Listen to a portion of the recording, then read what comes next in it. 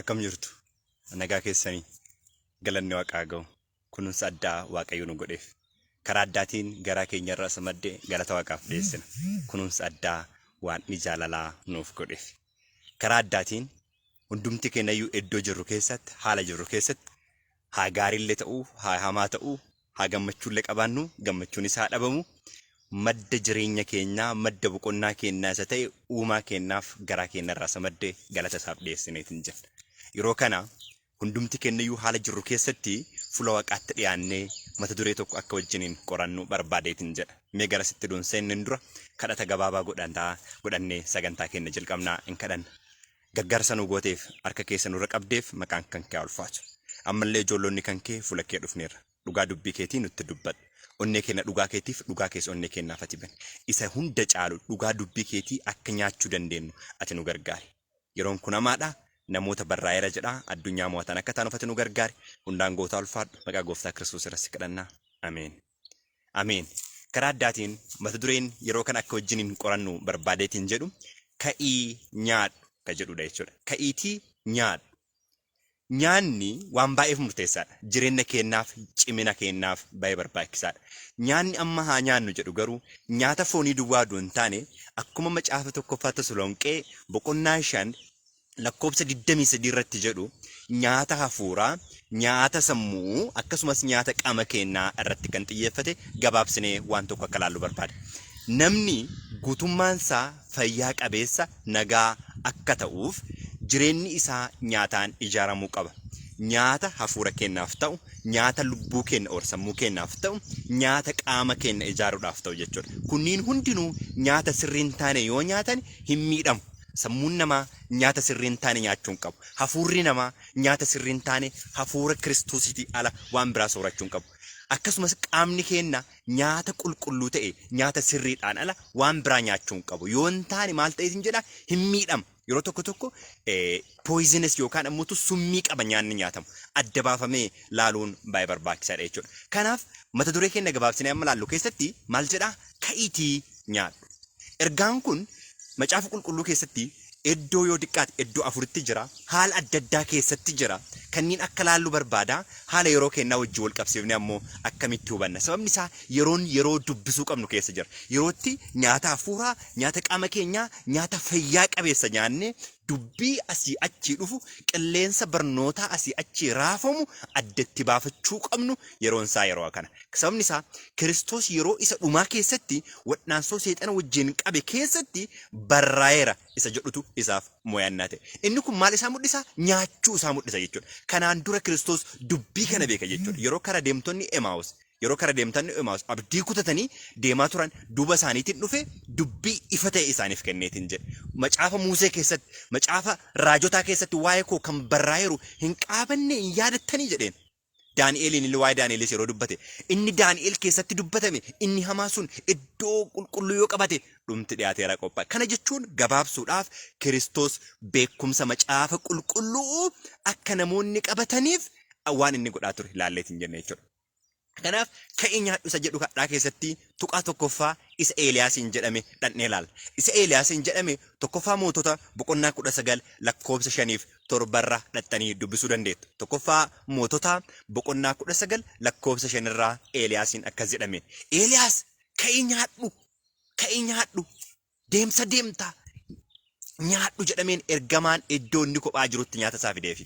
Eenyutu fideefi? Abbaa fideefis xiyyeeffannaatti godhuu qabna. Eenyutu nyaata fide? Maal nyaachuu qabna ka jedhu kanallee bakka sadii laallaa waan kanneen hundumaa keessatti ilaaluu qabna. Tokkoffaa keessatti ergamaatu nyaata eenyuuf fide? Eeliyaasiif fide. Ergamaan fideefi maal ta'e jedheen? Nyaadhu jedhe. Kana booda Eeliyaas maal godhe? Hin nyaate. Nyaatee ka'ee immoo deebi'ee maal godhe? Hin rafe. Karoorri ittiin dubbii waaqaa ganamaaf galgala nyaannuuf haa rafnuuf miti. Keessi keenya gammadee haa boqannuuf miti. Keessi keenya nagaa argatee ofii keenya bilisaan adeemnuuf miti. Namoota nagaa qabaniif nagaa dhabaniif nagaa akka isaanii labsinuuf.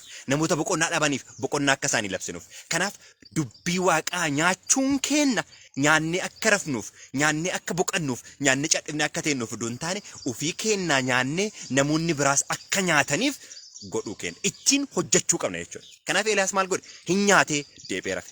Nyaata ergamoonni fidaniif. Lakkoofsi 7 irratti dhufee ergamaan akkas jedheen. Ka'ii jedheen si'a lammataatti dhufee jedha. si'a lammataa itti dhufe jecha si'a lammataa jedhu kanas jala muraa. Si'a lammataatti dhufe maal jedheen nyaadhu ka'iitii karaa dheeraa deemta jedheen. Aha wanti inni nyaataa ruuf lakkaa karaa dheeraa deemuuf ture. Dubbii waaqaa nyaataarra yoo ta'e obboloota koo karaa deemnutu jira. Waan goonutu jira. Wal'aansoo qabnutu jira. Wal'aansoo qabnu kanaan kan guyyaa kana deemneet hin jenne jechuudha. Eeliyaas nyaata guyyaa kana nyaateen guyyaa meeqa deeme jedha. Guyyaa 40 guutuu deeme jedha. Guyyaa 40 halkan 40 guutuu deeme. Ergamaan dhufee Eeliyaasiin ka'ii nyaadhu jedhe. Eeliyaas erga nyaatee ka'een booda marsaa qabaan rafee lakki sababni nyaataa isaa miti jedheen. Obboloota koo addunyaan keessa jirru addunyaa hamaadha.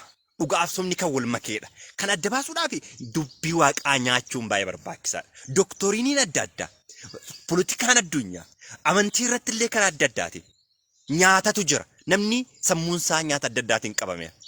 Kanaaf dhugaa adda baafnee hubachuun baay'ee yeroo ulfaachise keessa jira. Kanaaf maal gochuu qabna? Nyaachuun baay'ee barbaachisaadha. Dubbii waaqa jiraataa nyaachuu qabna. Yeroo san waan hundumaa adda baafnee ilaala. Eeliyaasiin ka'e nyaadhu jedhanii nyaata ergamootaa si'a lammaffaa nyaanni ergamaan fideen si'a lammaffaa erga nyaatee ka'een booda guyyaa 40 halkan 40 deeme jechuudha. Kanaaf ka'aa nyaadhaa deemsa dheeratu isin eeggata.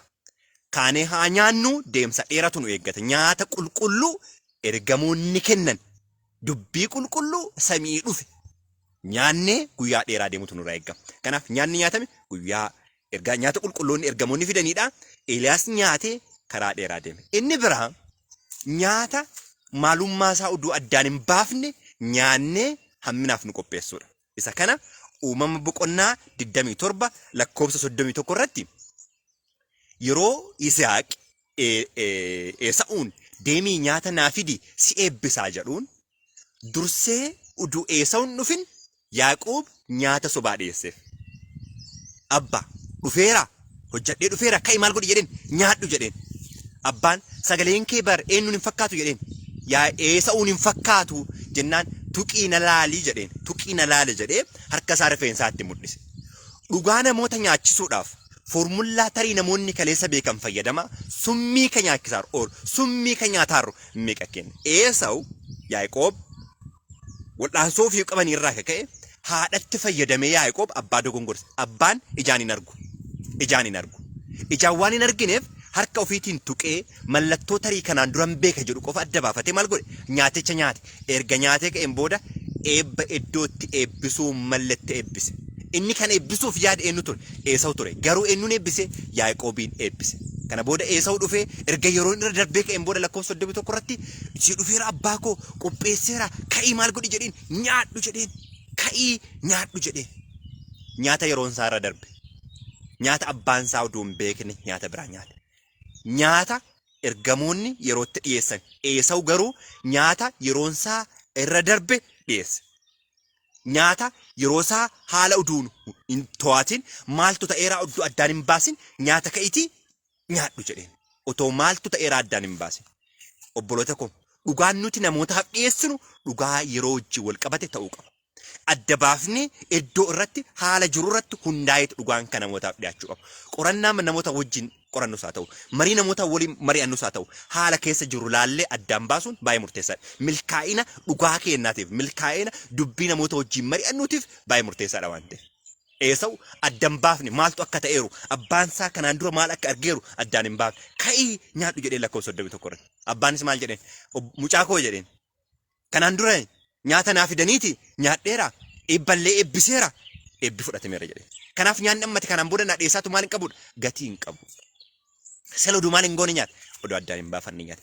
Ka'ii nyaadhu. Ka'ii nyaadhu.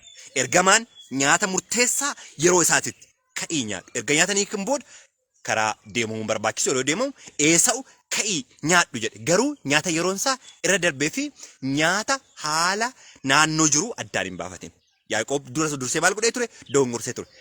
Eenyummaa keenya nyaannu irratti yoo Esaa'u laalle Yisaaqiin yeroo laallu Yisaaq maal godhee laata? Oduu addaan hin baafatin nyaate. Ija ofiitiin waan hin argineef maal godhee nyaate? Mallattooma kanaan dura bebbeeku duwwaa rifeensa qabaachuu isaa qofa addaan baasee nyaanni iddoo sirriidhaan haa dhufe jedhe nyaate. Obboloota koo ija keenya hafuura Waaqayyo nuuf haa banu.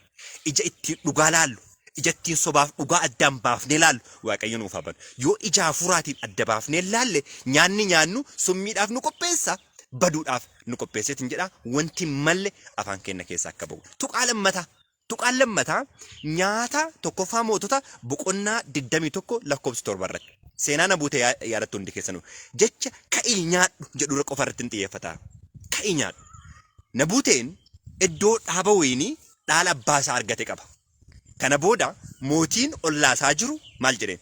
Lafa kana nan barbaada. Iddoo dhaaba wayinii bareedaadha naaf kenni jedheen. Nabuuteen maal jedheen? Dhaala abbaa koo dabarsee hin kennu jedheen. Mootiis haa ta'u, abbaa fedhees haa ta'u, dhaala abbaa koo dabarsee hin kennu jedheen. Kana booda erga mootiin baay'ee al mooticha asitti badaatti baay'ee itti murteessu. Sababni isaa hin aare, hin gadde, hin rafe. Sababni isaa Nabuuteen dhaala abbaa koo hin kennu waan jedheef. Kana booda dubartittiin dhufte Elsaabeet. Elsaabeet maal jetteen? Ka'ii nyaadhu jetteen mootichaan. Ati mootiidha. Kana gochuun sirraan eeggamu ka'ii nyaadhu jetteen. Nyaata summii murtee hamaa fi isa qopheessisu nyaachifte. Kana booda mootichi maal ta'e? Lafaa ka'e. Nyaanni mootiin yeroo san nyaate du'a Nabuuteen du'eef sababa. Nyaanni yeroo san mootichi nyaate ka'ee inni humna argate ajjeechaa Nabuusee irratti raawwatameef bu'uura jechuudha. Obboloota koo nyaanni nu nyaannu maaliidhaaf nu qopheessa kan jedhu. Nyaanni ergamoota nyaanni qulqulluun karaa guyyaa 40 halkan 40 akka deemuuf nyaata hafuuraa nyaata foonii yeroo isaa ta'u Elzaabeet irraa nyaanni dhufe garuu du'a namaatiif sababa ta'e. Eessaa dhufe nyaanni nu nyaannu jennee adda baasuun baay'ee barbaachisaadha jechuudha. Eesa'u nyaata yeroon isaa irra darbe eenyuuf dhiyeesse? Abbaa isaa Yisaaqiif dhiyeesse. Elzaabeet maal goote? Nyaata summii qaamatti kan tolu du'aaf kan nama qopheessu mootichaaf laatte. Mootichi erga nyaata nyaatee ka'een boodatti ka'ee dammaqee maal godhe? Murtee akka baasisu goote. Ka'ee ati dammaqee godhu waa jetteen kaannatu raawwata. Mul'ata boqonnaa 17 irratti mootonni addunyaa guutuun dubartittii ishee ejjuutu isa wajjin maal ta'aniiru jedhu. Maal ta'aniiru? Ejjaniiru. Baay'ee Yisaaq akka sobamuuf sababa kan ta'e haadha Yaaqoobii ture. Haadha Yaaqoobiitu maal godhe? Summii kana dhiyeessee mala dha'e. Mootichis Nabuutee irratti erjannaa akkasii akka fudhatuuf kan xinsisa dhiyeesse eenyu ture? Dubartittii Elzaabeet turte. Dhuma seenaa addunyaa lafaa kanarrattis seenaa lafaa kan xumuru dubartiin maal mul'isa? Mana kadhaa mul'isa. Manni kadhaa kun mootota addunyaa guutuu irra teettee maal gooteetti jedha? Macheessitee xoofoo ishee yookaan wayinii ishee mootonni addunyaa hundinuu dhuganii ishee wajjin maal ta'aniiru? Ejjaniiru. Seebanarii daldaloonni hundinuu jedha. Daldaltoonni biyya lafaa. Isheen kun amantii bakka bu'a. Amantii addunyaa mootota guutuu to'ataatu jechuudha. Isheenis Roomaan Kaatolik yookaan immoo dooktoriinii isiin geggeessitu jechuudha. Barnoota isiin geggeessitu jechuudha. Adda Holy Father jedhamee addunyaatti kan ol qabamee fakkeenyaaf COP26 amma fuuldura Noovembarii kana keessa jira. Achirratti heeddi godhee kan geggeessaa jiru eenyuuni? Mana kadhaati. Mana kadhaati. Dubartittiidha jechuudha. Dubartittiidha jechuudha. Environmental change irratti waa jijjiirama qilleensaa irratti Laudato Si ka barreessee haala qilleensaa irratti olaantummaadhaan geggeessaa jiru eenyuuni? Dubartittiidha. Mana kadhaa dubartii jedhee moggeessaa waan ta'eef macaafni qulqulluun. Kanaaf nyaanni nyaataarru eessaa dhufaadha kan jedhu adda baasuun baay'ee barbaachisaadha jechuudha. Nyaanni nyaataarru eessaa dhufaadha? Dubbiin jiru ka'ii nyaadhuudha bakka ka'ii nyaadhu. Ka'ii nyaadhu. Tarii nyaanni kun garuu summii qabaachuu danda'a. Qulqullummaaf nyaata ergamoota ta'uu danda'a. Kadhataan adda baasuun baay'ee murteessaadha. Kadhataan adda baasuun jilbi baay'ee murteessaadha. Waalachiifuu hunduu qixa nyaataara.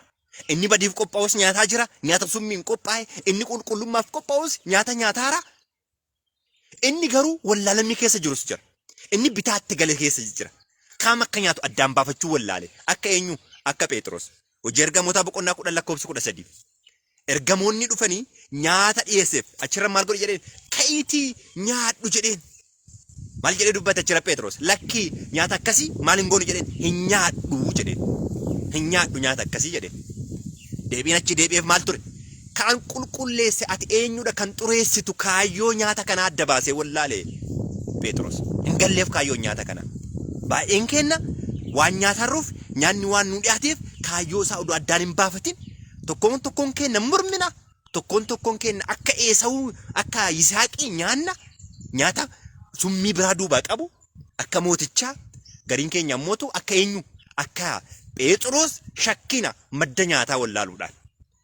Gariin keenya ammoo akka Eeliyaas. Sababni isaa macaafni qulqulluun Eeliyaasis ni erga jedha. Eeliyaasonni bara kana keessatti baay'ee barbaachisoodha jechuudha. Kanaaf bu'uurri garee kanneen sadiin iyyuu garee warra shakkuu, garee warra nyaata dogongoraa nyaatu, garee nyaata dhugaa nyaate, hirriba dhiisee guyyaa 40 halkan 40 deemus nyaata irratti hundaa'a jechuudha. Kanaaf ka'ii nyaadhu. Seenaa macaafa qulqulluu keessatti seenaa raajii dulloomaa tokkotu jira. Raajiin dulloomaan kuni raajii waaqaatitu itti himee waaqarraa ergaa fudhatee deemee waan raawwatee deebi'a ture. Gabaabsee dubbachuu waan barbaadeef. Achirratti maal godhe? Raajiin waan ergaa isaatti hime dhaqee waan dubbatee gaafa deebi'u akka jedhanii ture Waaqayyo. Karaa dhufte irra hin deebine. Lammata ammoo nyaata eenyus yoo sii kenne nyaatin jedheen. Eenyullee yoo sii kenne nyaatin jedheen. Yeroo inni waan kana raawwatu ijoolleen raajii dulloomaa kana dhagaanii tura yeroo raajiin waaqaa hojii kana raawwatu.